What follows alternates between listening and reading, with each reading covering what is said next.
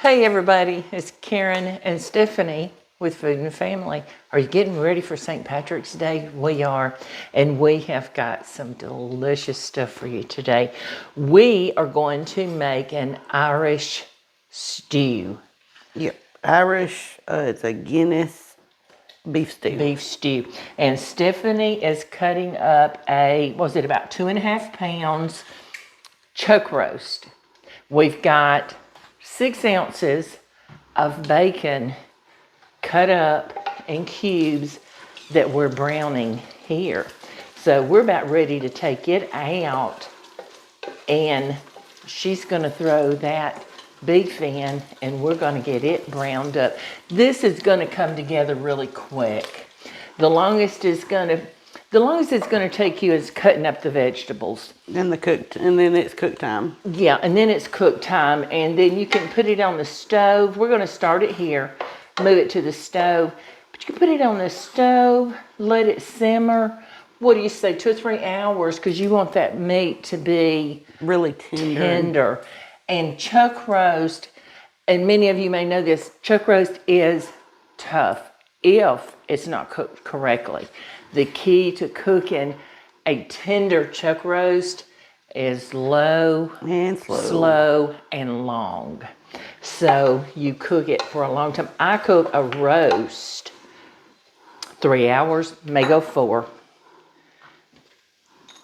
And it will be falling apart tender. So I'm going to go ahead and take these out, Stephanie, because they're getting browned. All right, and so while she's doing that, we're cutting up the chuck roast in about 1 inch, what'd you say, 1 inch pieces? 1.5 inches, yeah. Yeah, it's taking a lot of restraint for me not to be in this bacon. We better sit it up here out of my reach. Okay, so she has her chuck roast cut up, and she's going to salt and pepper it and toss it in her flour. And she's only got 3 tablespoons of flour. That's all that's needed. You don't want a heavy coating. This is just enough flour that it's going to help thicken the stew. Yes. And if anybody's worried about the Guinness, the alcohol cooks away. It just leaves a flavor. It's a stout, and it's just going to leave a dark, rich flavor, so you don't have to worry about the alcohol. And see how beautiful that is? I'm going to go ahead and add some salt and pepper on there for you. Yes. So we're going to go ahead. We're just going to eyeball it. And we may add some more salt as we go. Keep in mind, we're going to be using broth, and it is salted. So I could not find the unsalted beef broth today. And the Guinness is going to give it a flavor. And if we say we need some more salt, we can add it, and you can always add it at the table on your plate. All right, we're going to start adding our meat to start the browning process. You don't want to add it all at one time because you want them all to get evenly browned and have a good coating. We have some onion that she has gotten diced up. We have celery and carrots. And we cut up, 2 onions. This will have a lot of onions, but keep in mind too, as it cooks, those onions are going to cook down. And by the time we're finished cooking with it, you won't know there's 2 cups of onions in this stew. Yeah, there's 2 medium onions. We use 3 ribs of celery and 3 carrots. And if you wanted to use more, you can. And we cut the celery and the carrots in about, about 1/2 inch? Yeah, I would say close to 1/2 inch. But if you want more, you can add more. That's going to be up to you. This is going to be so good. It already smells good. So let us get this beef browned, and we're going to take it out and get our onions in the pot and get them cooked up a little bit with the celery and carrots, and we're just going to start adding everything else. All right, we're back here. Now we changed your angle so you could see down into the pot and see what we're fixing to do. This meat's about ready to come up. You see how she's got it browned? And it is so, if y'all could just smell it, it is smelling so good. Now we're gonna add these onions into the pot, and oh my goodness, look at here. Isn't that beautiful? So I'm just adding a couple of tablespoons of oil to the pan. And we got 2 medium-sized onions. Looks like a lot, but keep in mind it will cook down.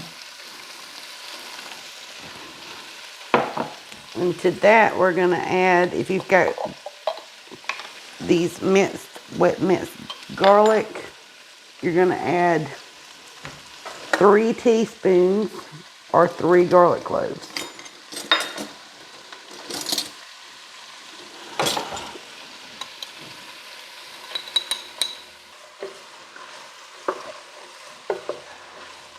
Yeah, can you see, you can see down in that pot so well.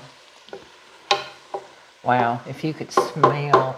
It smells the bacon, the beef, and now the onion, the garlic. And we're gonna add some tomato paste here in just a minute. And we're gonna add 4 tablespoons of tomato paste. And y'all know I love this tomato paste in the tube. So I'm gonna rake the onions back to the side, and I'll put 1, 2, 3, 4 tablespoons. I just eyeballed it, and that's going to be as close to 4 tablespoons as you can get. Now that's going to toast that up a little bit, been in there, and it's going to bring out all those flavors. And that tomato paste, it's going to waken it up because it's been sitting dormant, and then it's going to just wake up and say, hey, I'm here, I'm happy. Welcome to the party. Welcome to the party, absolutely. All right, we're going to add the 3 ribs of celery that we did a 1/2 inch cut. And again, if you want more than that, by all means. 3 carrots, 1/2 inch cut. You can add more. Isn't that pretty? Isn't that just a beautiful pot already? Those colors down in there. And we're gonna let that sit there. We're gonna add. Oh yes, we've got to add some thyme. All right, so you can do 3 sprigs of fresh thyme. We're gonna add 1/2 teaspoon of the dry. All right, it's dump time. Let's dump. All right, bacon. 6 ounces of bacon that we already cooked up. We're gonna put the meat back in. Looky there. And don't leave those juices in the dish. Rake them out. There's a lot of flavor there. And we'd say 2 bay leaves. I think 2 or 3. They're not real big, so if you want to go with 3. Yeah, because this one's kind of small, so we'll use an extra one. All right, there's 2 cups of broth there. And now it's time for the Guinness. Guinness. 14.9 ounces of Guinness. How did we come up with 14.9? Let's just say 15 ounces of Guinness.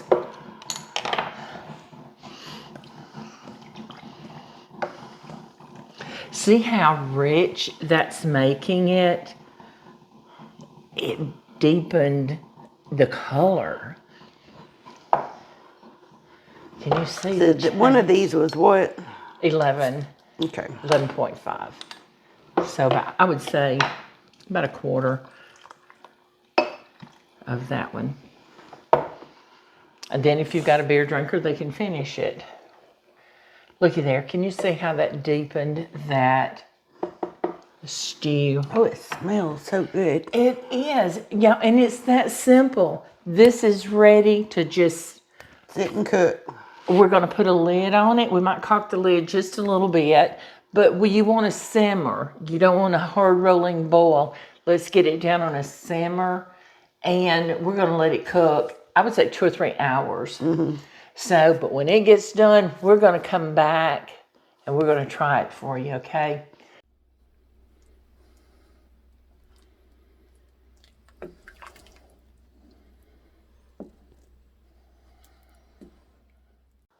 We just took this our stew off of the stove.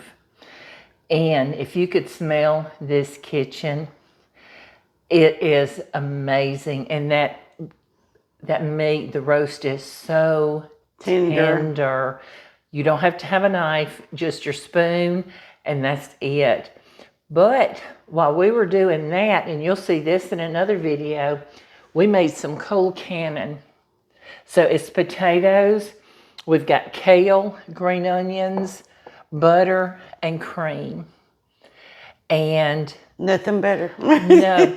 So what we're going to do is, we plated us up some, we poured our stew over our potatoes. Looky there. I'm ready to try this, Stephanie.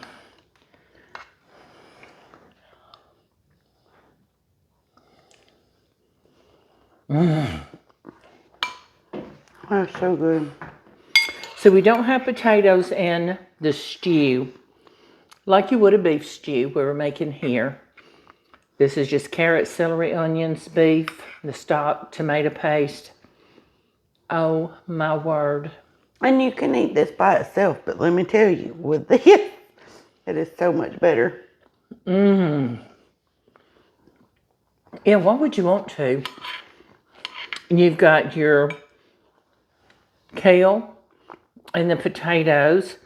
You've got everything you need right here. This is a full course meal plus some. All right. We appreciate every one of you. And we certainly hope you'll try our recipes. Look for this stew.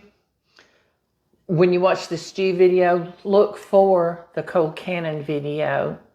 And you'll enjoy making it, and I think you'll really love it. And then pair them together, and you'll be so happy you did. We appreciate each and every one of you. Thank you for watching. Share, like, subscribe, and hit the notification bell so you know when we put out our next video. Thanks, everybody.